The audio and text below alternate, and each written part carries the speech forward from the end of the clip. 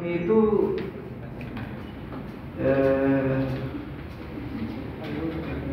yang saya bawa dalam laporan saya itu soal itu Pak.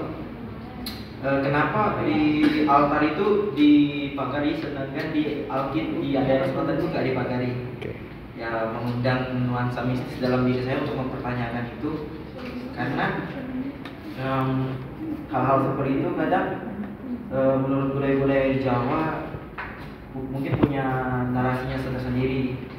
Terus iseng aja kemarin juga sempat ikut, kan kemarin saya itu ikut acara teater di Kentir.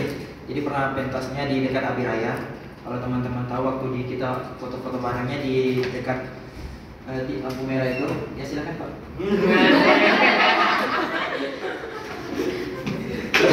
Kalau kita waktu itu foto barengnya di lampu merah itu, terus di depannya Museum Sono Budoyo itu ada tempat mungkin kayak teater gitu di Abi Raya.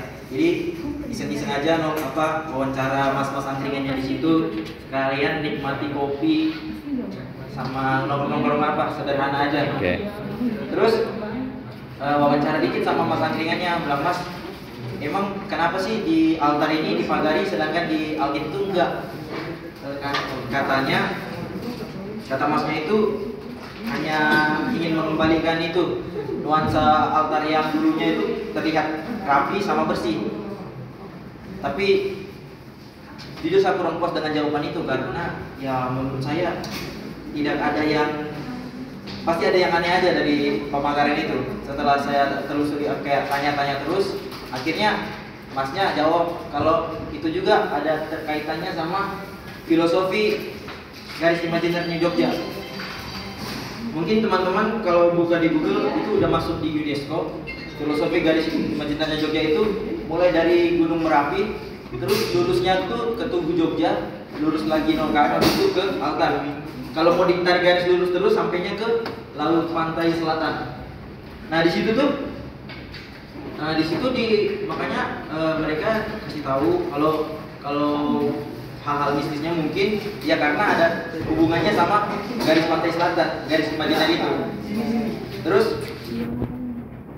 kata masnya juga dia nggak berani untuk bicara lebih lanjut soal altar itu karena takutnya salah bicara nanti timbulin tafsiran yang beda. Kalau hal-hal unik lainnya yang mungkin kayak jujur selama saya di Jogja itu, karena dengar cerita sebelum saya kesini kan Jogja itu terkenal dengan daerah istimewa. Tapi sampai sekarang belum dapat istimewanya sih. Yang mungkin istimewanya kalau jalan-jalan ke 0 km itu barangkali jalan di Malioboro di 0 km. Kita merasa kota tapi tradisi tradisional itu masih melekat sama yang namanya daerah istimewa itu. Jadi yang uniknya saya bagi saya itu yang uniknya dari 0 km itu ya nuansanya saya sih Pak. Macet sih ya. Karena kalau mau bilang soal macet, kerumunan di 0 km juga banyak. Yang mungkin karena banyak wisatawan, soalnya juga banyak orang-orang asing di sana. Setuju nggak? Kalau saya sendiri sih jujur, silakan Pak. Ya kalau saya sendiri itu jujur nih karena saya itu datang dari daerah yang juga percaya mistis.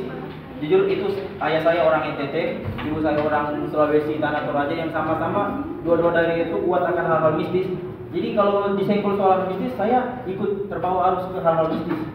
Kayak jalan-jalan mungkin teman saya tanya mungkin, loh itu kok dipagari? Teman saya ada yang bilang mungkin ya itu karena ada aura di pohon-pohon tengah itu. Ya, karena saya berasal dari daerah yang masih kental soal percaya itu ya saya percaya aja. Dan kadang hal-hal begitu yang bikin saya tertarik. Kok bisa gitu? Kok bisa gini? Ya karena jujur kalau mau dibilang beragama, saya punya agama tapi nggak terlalu alim juga.